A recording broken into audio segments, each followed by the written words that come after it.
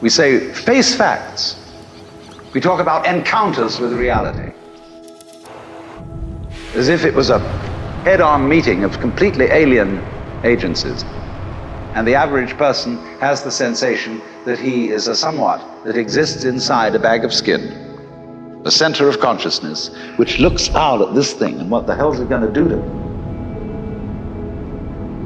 If you think that you are only inside your skin, you define yourself as one very complicated little curlicue, way out on the edge of that explosion, way out in space and way out in time. Billions of years ago, you were a big bang, but now you're a complicated human being. And then we cut ourselves off like this and don't feel that we're still the Big Bang. But you are. You are the Big Bang. Depends how you define yourself. Every individual is defined as a very, very complex arrangement of billiard balls, being banged around by everything else. And so behind the fully automatic model of the universe is the notion that reality itself is, to use the favorite term of 19th century scientists, blind energy. In, say, the metaphysics of Ernst Haeckel and T.H. Huxley, the world is basically nothing but energy. Blind, unintelligent force. And likewise, in parallel to this, in the philosophy of Freud, the basic psychological energy is libido, which is blind lust. And it is only a fluke. It is only as a result of pure chances that, resulting from the exuberance of this energy, there are people with values, with reason, with languages, with cultures, and with love. Just a fluke. Like, 1,000 monkeys typing 1,000 typewriters for 1,000,000 years will eventually type the Encyclopedia Britannica. And of course, the moment they stop typing the Encyclopedia Britannica, they will relapse into nonsense. And so in order that that shall not happen, because you and I are flukes in this cosmos, and we like our way of life, we like being human. If we want to keep it, say these people, we've got to fight nature, because it'll turn us back into nonsense the moment we let it. And so we've got to impose our will upon this world as if we were something completely alien to it from outside. And so we get a culture based on the idea of the war between man and nature. And we talk about the conquest of space, the conquest of Everest, and the great symbols of our culture are the rocket and the bulldozer. The rocket, we're in space already, way out.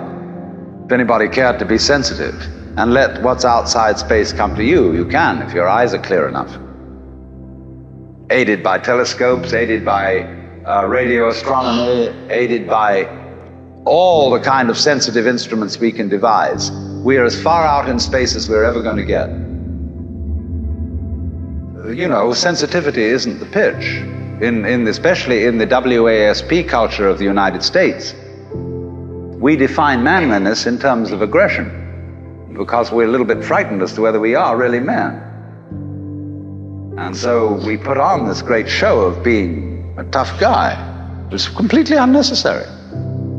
If you have what it takes, you don't need to put on that show. And if you don't need to beat nature into submission, why be hostile to nature? Because after all, you are a symptom of nature. You, as a human being, you grow out of this physical universe in just exactly the same way that an apple grows off an apple tree. So let's say the tree which grows apples is a tree which apples, using apple as a verb. And a world in which human beings arrive is a world that peoples. And so the existence of people is symptomatic of the kind of universe we live in. There's two great theories going on in astronomy about the origination of the universe. One is called the explosion theory, and the other is called the steady state theory.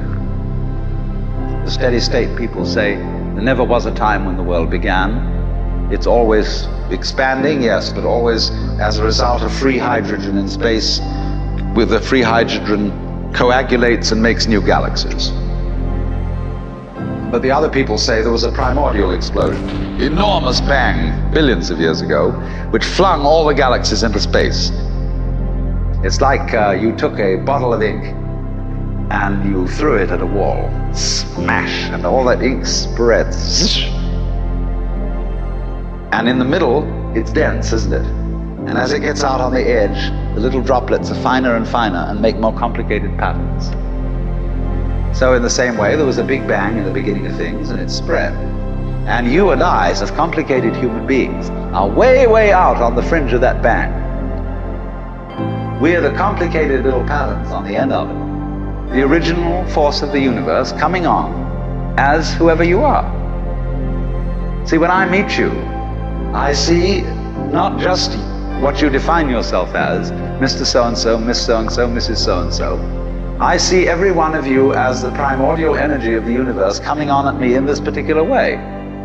But we've learned to define ourselves as separate from it.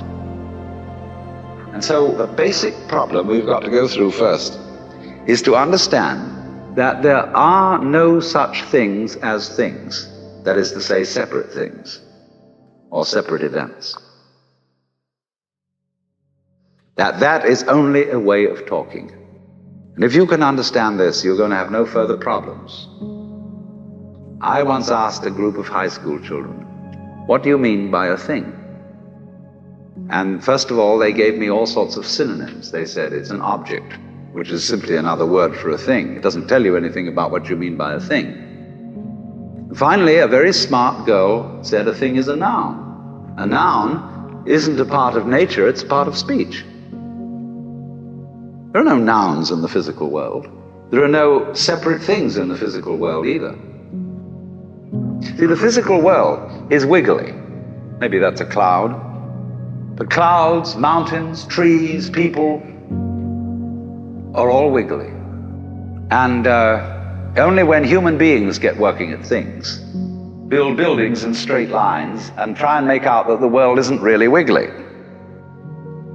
You and I are all as much continuous with the physical universe as a wave is continuous with the ocean. The ocean waves and the universe peoples. But our consciousness, the way we feel and sense our existence, our consciousness has been influenced so that each one of us does not feel that. We have been hypnotized, literally hypnotized, by social convention into feeling and sensing that we exist only inside our skins. That we are not the original bang, but just something out on the end of it. And therefore we are scared stiff. My wave is going to disappear, and I'm going to die. And that would be awful. If you seriously go along with this idea of the world, you're what is technically called alienated. You feel hostile to the world. You feel that the world is a trap. It is a mechanism, it's electronic and neurological mechanisms into which you somehow got caught. And you, poor thing, have to put up with being in a body that's falling apart. It's just terrible. And these mechanics doctors are trying to help you out, but they really can't succeed in the end. And you're just going to fall apart, and it's a grim business, and it's too bad. Your skin doesn't separate you from the world, it's a bridge through which the external world flows into you, and you flow into it. And exactly the same way, the whole universe, the whole world is moving through you. All the cosmic rays, all the food you're eating, the stream of steaks and milk and eggs and everything is just flowing right through you. But the problem is, you see, we haven't been taught to feel that way. And we are, I think, quite urgently in need of coming to feel that we are the eternal universe, each one of us.